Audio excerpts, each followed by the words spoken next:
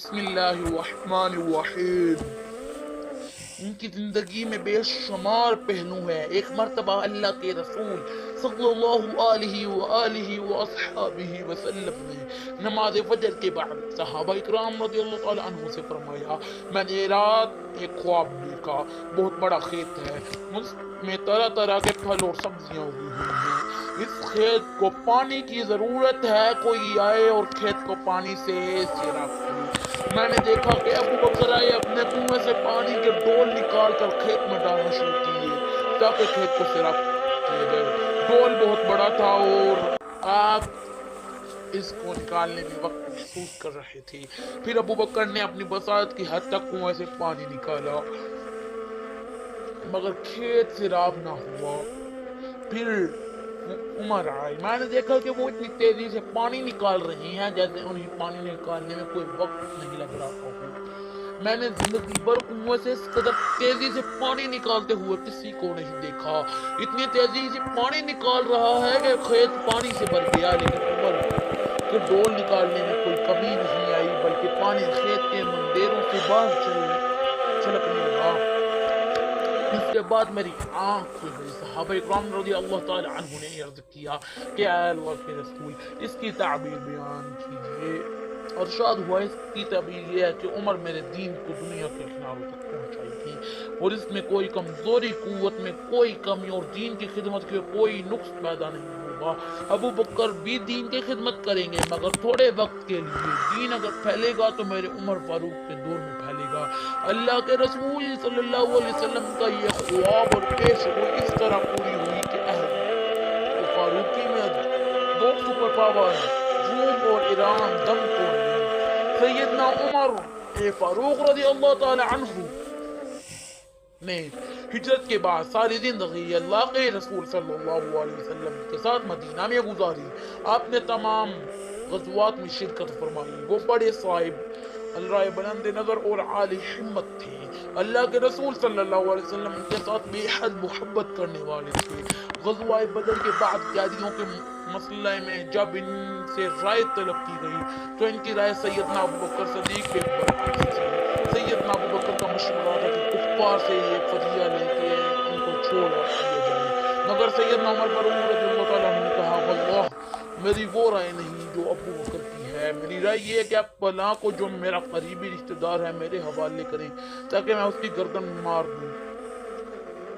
عقیل بن ابی طالب کو سیدنا رضی اللہ تعالیٰ عنہ سیدنا علی رضی اللہ تعالیٰ عنہ کے حوالے کریں تاکہ وہ اس کی گردن اڑا دے، اور عباس جو سیدنا حمزہ رضی اللہ تعالیٰ عنہ کا بھائی ہے اسے حمزہ رضی اللہ تعالیٰ عنہ کے حوالے کریں تاکہ وہ اس کی گردن اڑا دے، تاکہ یہاں تک کہ اللہ کو معلوم ہو جائے کہ ہمارے دلوں میں مشرکین کے لیے کوئی نرم نہیں ہے۔ قرآن کریم کی سورۃ الانفال میں اللہ رب العزت نے عمر فاروق رضی اللہ تعالیٰ عنہ کی بات تائید فرمائی۔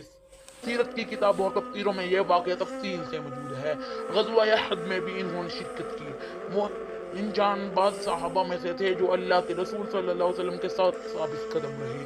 جنگ کے آخر میں جب مشرقین نے واپسی کی تیاری مکمل کر لی تو ابو سفیان جبل احد پر نمودار ہوا اور بآواز بلند بولا کہ تم میں محمد صلی اللہ علیہ وسلم کون ہے؟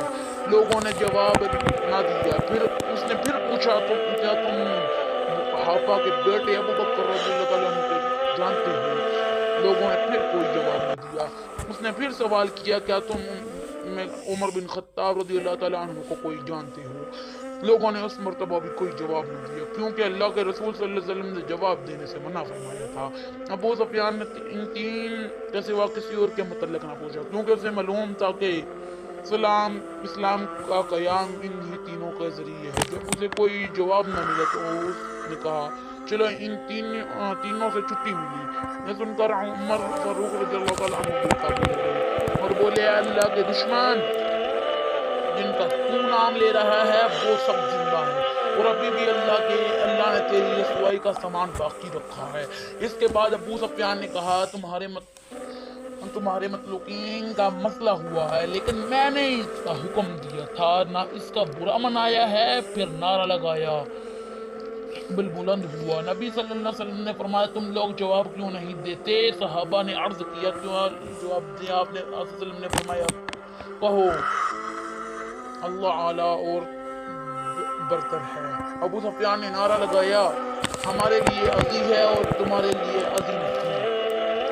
نبی صلی اللہ علیہ وسلم نے فرمایا جواب کیوں نہیں دیتے؟ صحابہ نے دریافت کیا کیا جواب دیں؟ آپ صلی اللہ علیہ وسلم نے فرمایا کہو اللہ ہمارا مولا ہے اور تمہارا کوئی مولا نہیں۔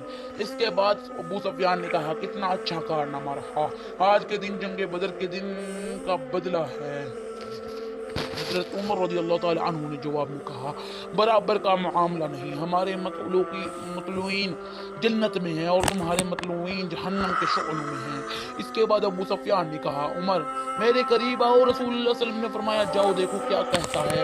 وہ قریب گئے تو ابو سفیان نے کہا عمر میں اللہ کا واسطہ دے کر پوچھتا ہوں کیا ہم نے محمد صلی اللہ علیہ وسلم کو قتل کر دیا؟ سیدنا عمر رضی اللہ تعالیٰ عنہ نے کہا واللہ نہیں، بلکہ اس وقت وہ تمہاری باتیں سن رہے ہیں۔ اور ابو سفیان نے کہا تم میرے نزدیک ابن کما سے زیادہ سچے اور راست باز ہو۔